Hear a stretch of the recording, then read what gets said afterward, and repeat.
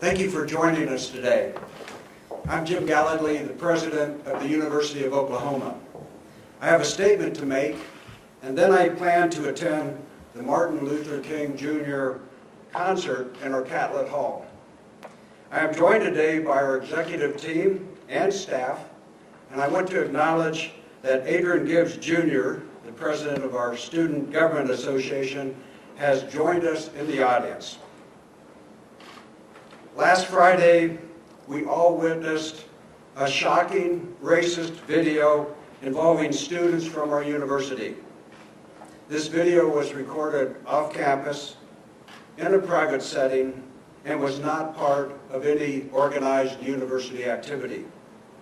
These circumstances create legal boundaries for how we can respond as a public university. Those students will not return to campus. This type of behavior is not welcome here and is condemned in the strongest terms by me and by our university. This behavior does not reflect the values and principles of our university, our community, or our state. This video signals to me that we have much more to do to create an environment of equity and respect. We must be purposeful to create authentic measures to address and abolish racist experiences for our students, faculty, and staff. As president of the University of Oklahoma, I am committed to listening to our students, faculty, and staff, especially those of color who have been so hurt by this event. On Sunday afternoon, I spent considerable time with multicultural leaders, leaders from our Student Government Association, student athletes, and others who were personally and emotionally impacted by the demeaning video and other events that occur because of their identity. I plan to meet with these groups again very soon. Their theme to me was clear. OU must work toward cultural change at every level. No one should have to worry about being mistreated and offended while pursuing their degrees or working at our university. Everyone deserves a healthy and respectful place to live, learn, and work. I am committed to being transparent as we work together to listen and form next steps for our university community. The university is a place for excellence, inclusivity, and caring for one another.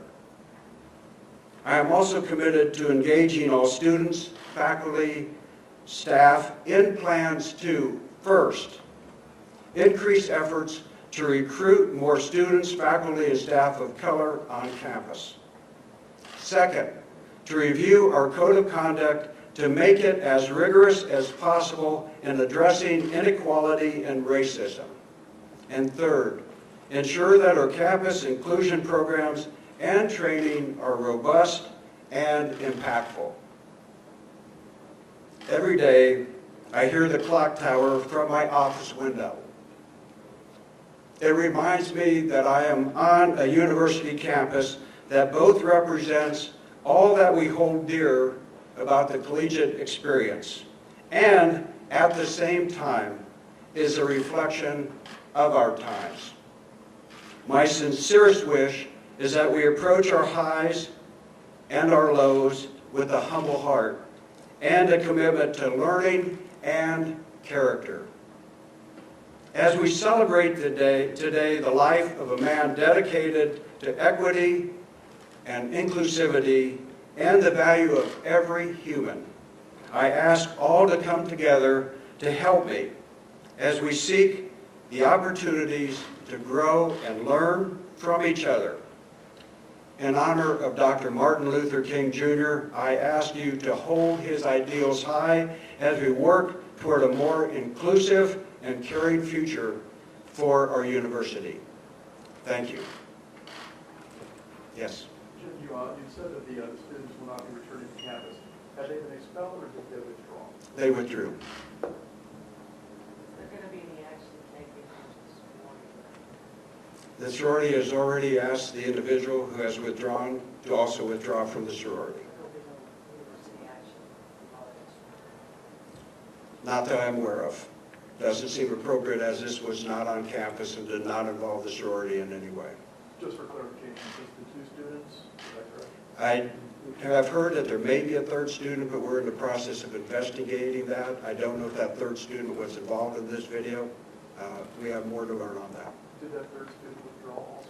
I don't know the identity of that student personally and their situation, but we're trying to learn more if there was in fact a 3rd student. So right now, 2 students. 2 students have withdrawn. It's 2019 and we're having a press conference on OK Day about Black Lives Video Review. You mentioned a couple actions that you and your administration are going to take to make changes here at OU. What do you see are the systemic problems here at OU when it comes to race?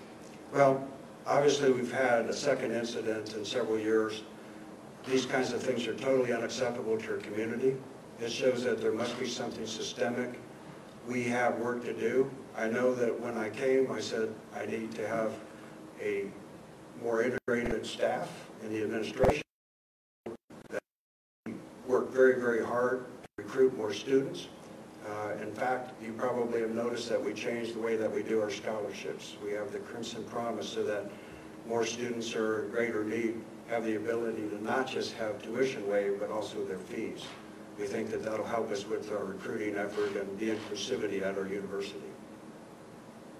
Yes. I spoke with several students on Friday after the video surfaced, a lot of them telling me that they want to transfer after seeing a 2nd incident.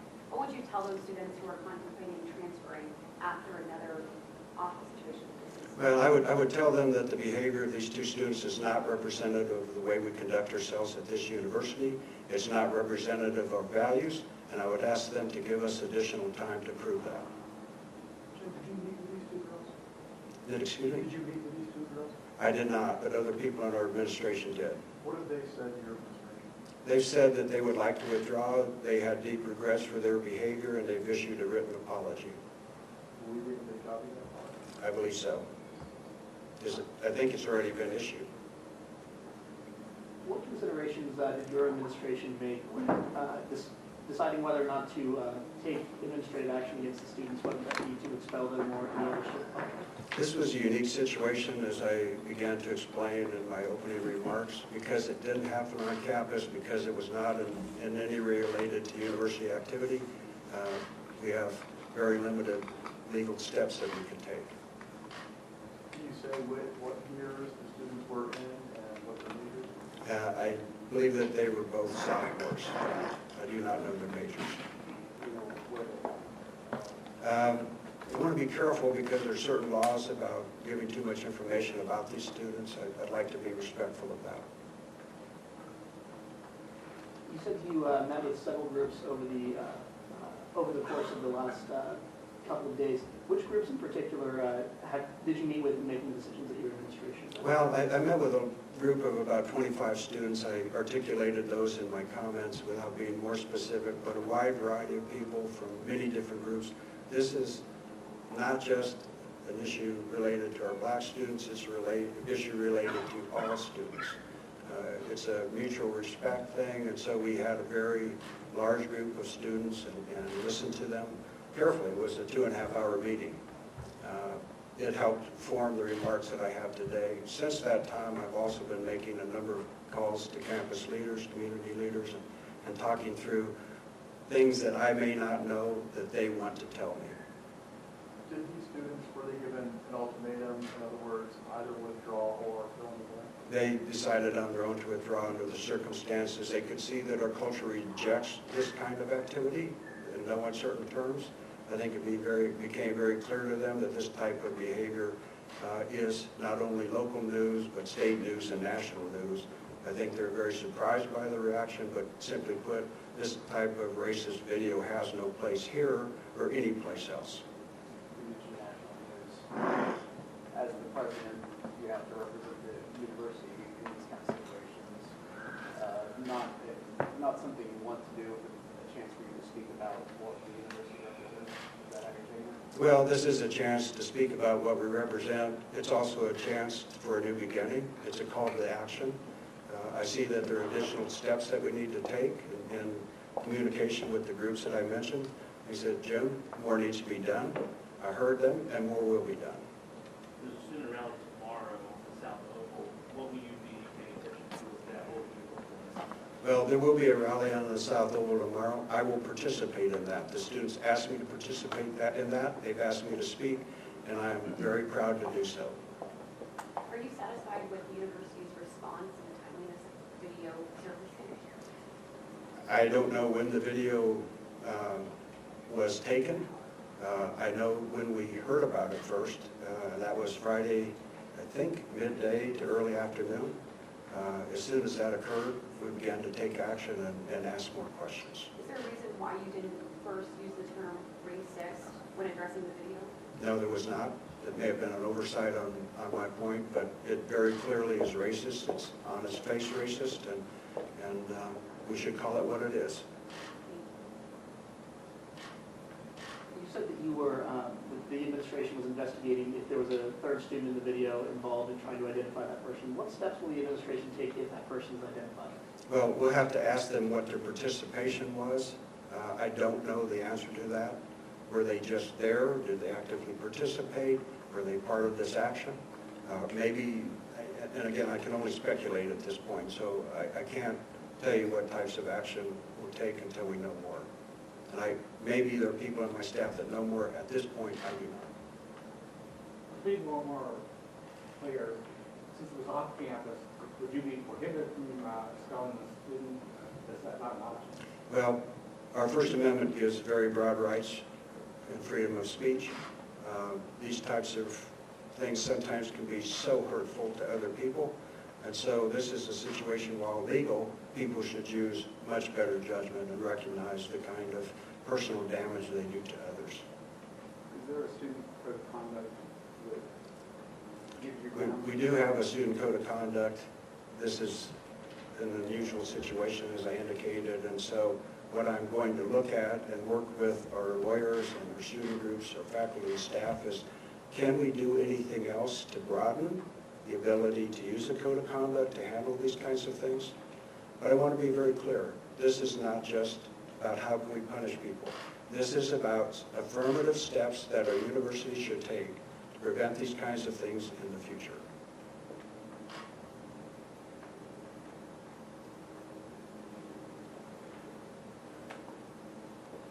Anything else? We don't have any more questions? Thank you. So thank you for your attendance. Thank you for your understanding as well.